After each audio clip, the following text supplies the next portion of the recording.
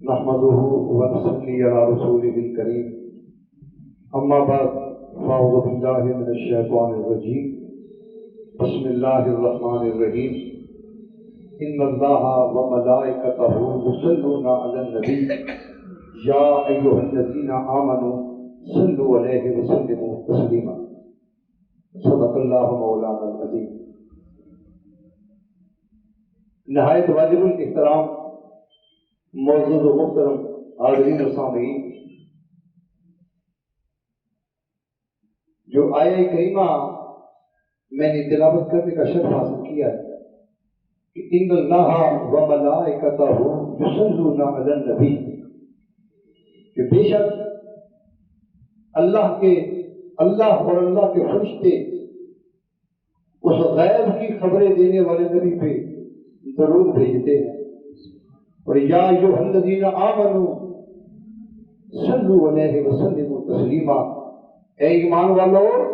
تم بھی ان پر خوب خوب درود و سلام بھیجو۔ حصول برکت، ترقی معرفت اور حضور والی کونین صلی اللہ علیہ وآلہ وسلم کی قربت حاصل کرنے کے لیے درود پاک سے بڑھ کے کوئی وظیفہ نہیں۔ آپ غور کریں کہ اللہ رب العزت نے قرآن کریم میں ہمیں جتنے بھی احکامات دیے، نماز پڑھو، حج کرو، زکوٰۃ ادا کرو، روزے رکھو، لیکن ہر چیز کا حکم دیا ہمیں، یہ نہیں کہا کہ میں بھی یہ عمل کرتا ہوں،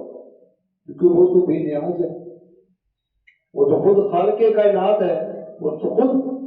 رب العالمین ہے۔ لیکن جب باری آئی آمینہ کے لال کی،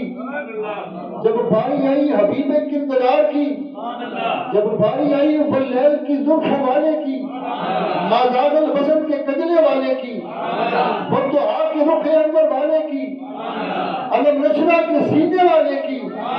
اس سونے شہر مدینے والے کی، تو یہ نہیں کہا کہ تم بھی درود پڑھو، ہمیں حکم دینے سے پہلے یہ کہا میں اور میرے فرشتے اس غیب کی خبریں دینے والے نبی پہ درود بھیجتے ہیں، اور اے ایمان والا تم بھی خوب خوب ان کو درود و سلام بھیجو۔ اور یاد رکھو حضور نے فرمایا کہ جس وقت کوئی بندہ میری ذات پہ درود و سلام بھیجتا ہے تو درود پڑھتے ہوئے اس کے منہ سے جو سانسیں نکلتی ہیں،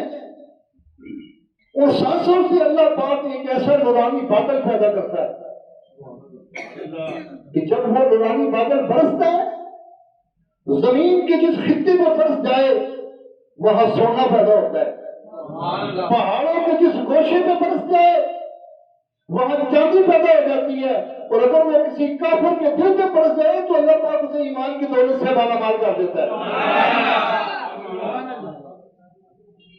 بڑی اعلیٰ بالا چیز ہے یہ، ہماری محفل اللہ کے فضل و کرم سے یہ اللہ کے ذکر اور ضرورت کی محفل ہے۔ گزشتہ ہفتے ذکر اللہ کے حوالے سے گفتگو ہوئی تھی، تو آج درود و سلام کے حوالے سے میں کچھ عرض کر رہا ہوں۔ پھر یہ دیکھیں کہ جس وقت ہمیں درود و سلام کا حکم مل گیا تو اس کے لیے کسی خاص وقت کی قید نہیں دی گئی۔ نمازوں کو حکم ملے ہیں تو ساتھ حضور نے یہ بھی بتایا ہے کہ فجر کس ٹائم پڑھنی ہے، ظہر کس ٹائم پڑھنی ہے، عصر کس ٹائم پڑھنی ہے، مغرب اور عشاء کب پڑھنی ہے، اور ان کی رکعتیں کتنی ہیں، کتنی پڑھنی ہے۔ لیکن قربان جاؤ اللہ کے محبوب کی شان رحمت پہ، اللہ نے جب یہ احکام دی، حکم دیا، جب یہ آرڈر دے دیا کہ میں پڑھتا ہوں، تو گویا 24 گھنٹے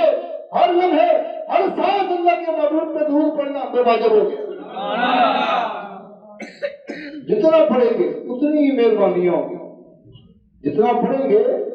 اتنی کرم نوازیوں حضرت سعد بن سعد رضی اللہ تعالیٰ آپ راوی فرماتے ہیں ایک دن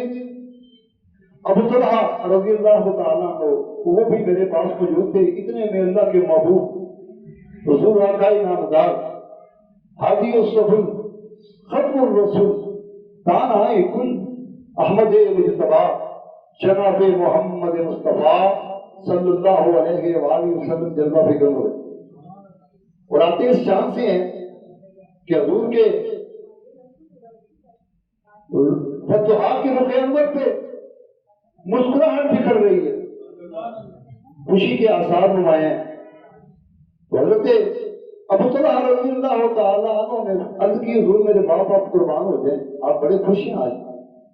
فرمایا ابھی جبرائیل میرے پاس آیا تھا اور مجھے یہ خوشخبری دے کہ کیا ہے محبوب آپ کا جو امتی آپ پہ ایک مرتبہ درود بھیجے گا اللہ نے یہ وعدہ کیا ہے اللہ اس کے 10 گناہ معاف کر دے گا. 10 نیکیاں اس کے نامہ اعمال میں لکھ دی جائیں گی اور اس کے 10 درجے بناتے ہو جائیں گے.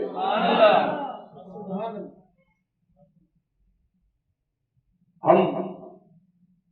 جب درود و سلام پڑھتے ہیں حضور پر تو یہ رحمت اور سلامتی کی دعا کرتے ہیں ہم حضور کے لیے. اور یہ یاد رکھو صوفیاء علماء یہ فرما گئے ہیں کہ حضور ہماری دعا کے محتاج نہیں ہے. جب اللہ نے کہہ دیا میں اور میرے فرشتے درود پڑھتے ہیں